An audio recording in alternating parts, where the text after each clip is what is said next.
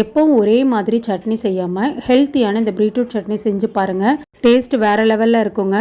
சட்னி செய்கிறதுக்கு 3 table spoon எண்ணெய் சேர்த்துட்டேங்க. 1 table spoon உளுத்தம்பருப்பு, 1 டேபிள் ஸ்பூன் வடக்கடலை பருப்பு சேர்த்துட்டு இந்த அளவுக்கு நல்லா வறுத்து எடுத்துக்கலாங்க. 2 டேபிள் ஸ்பூன் அளவுக்கு வறுத்த நிலக்கடலை சேர்த்துக்கிறேங்க.